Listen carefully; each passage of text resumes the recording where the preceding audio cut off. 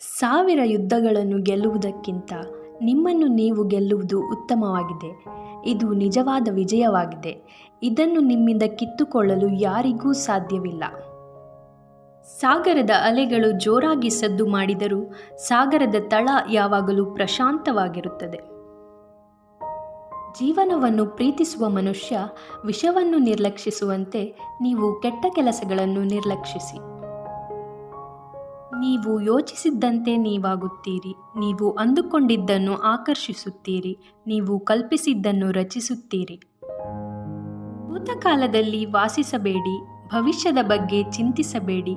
ನಿಮ್ಮ ಮನಸ್ಸನ್ನು ಪ್ರಸ್ತುತ ಕ್ಷಣದ ಮೇಲೆ ಕೇಂದ್ರೀಕರಿಸಿ. ಸದ್ಯಕ್ಕೆ ನಿಮ್ಮ ಬಳಿ ಇರುವುದನ್ನು ಗೌರವಿಸಲು ನೀವು ವಿಫಲರಾದರೆ ಸಂತೋಷ ಎಂದಿಗೂ ನಿಮ್ಮ ಬಳಿ ಬರುವುದಿಲ್ಲ. ಪ್ರತಿದಿನ ಬೆಳಿಗ್ಗೆ ನಾವು ಮತ್ತೆ ಜನಿಸುತ್ತೇವೆ. ಇಂದು ನಾವು ಏನು ಮಾಡುತ್ತೇವೆ ಎಂಬುದು ಮುಖ್ಯವಾಗುತ್ತದೆ. ಪ್ರತಿಯೊಂದರಲ್ಲೂ ಒಳ್ಳೆಯದನ್ನು ನೋಡಲು ನಿಮ್ಮ ಮನಸ್ಸಿಗೆ ತರಬೇತಿ ನೀಡಿ. ನಿಮ್ಮ ಕೋಪಕ್ಕೆ ನಿಮಗೆ ಶಿಕ್ಷೆಯಾಗುವುದಿಲ್ಲ. ನಿಮ್ಮ ಕೋಪದಿಂದ ನಿಮಗೆ ಶಿಕ್ಷೆಯಾಗುತ್ತದೆ. ನಾವು ನಮ್ಮ ಆಲೋಚನೆಗಳಿಂದ ನಮ್ಮ ಜಗತ್ತನ್ನು ರೂಪಿಸಿಕೊಳ್ಳುತ್ತೇವೆ. ನಿಮ್ಮ ಮನಸ್ಸನ್ನು ಆಳಿ, ಇಲ್ಲವಾದರೆ ಅದು ನಿಮ್ಮನ್ನು ಆಳುತ್ತದೆ. ಬಲಿಷ್ಠ ಜನ ಬೇರೆಯವರನ್ನು ಕೆಳತಳ್ಳುವುದಿಲ್ಲ, ಬದಲಾಗಿ ಅವರನ್ನು ಮೇಲೆತ್ತುತ್ತಾರೆ.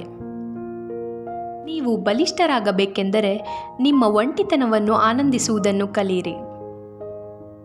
ನಿಮ್ಮ ಹಿಂದಿನ ನೆನಪುಗಳ ಬಂಧನದಲ್ಲಿ ಬಂಧಿಯಾಗಿ ಉಳಿಯಬೇಡಿ. ಅದೊಂದು ಜೀವನ ಪಾಠವಷ್ಟೇ, ಜೀವಾವಧಿ ಶಿಕ್ಷೆಯಲ್ಲ.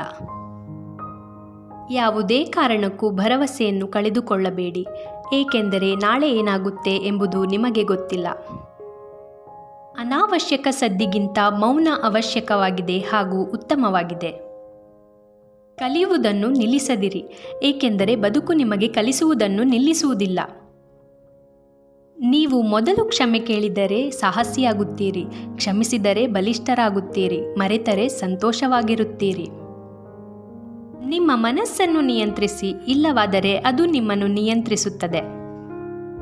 ನಿಮಗೆ ಸಿಗಬೇಕಾದ ಪ್ರತಿಯೊಂದು ಸರಿಯಾದ ಸಮಯಕ್ಕೆ ನಿಮ್ಮ ಬಳಿ ಬಂದೇ ಬರುತ್ತದೆ. ತಾಳ್ಮೆಯಿಂದಿರಿ. ಜೀವನದಲ್ಲಿ ಕಲಿಯಬೇಕಾದ ಅತಿ ದೊಡ್ಡ ಪಾಠವೇನೆಂದರೆ ಶಾಂತವಾಗಿರುವುದು.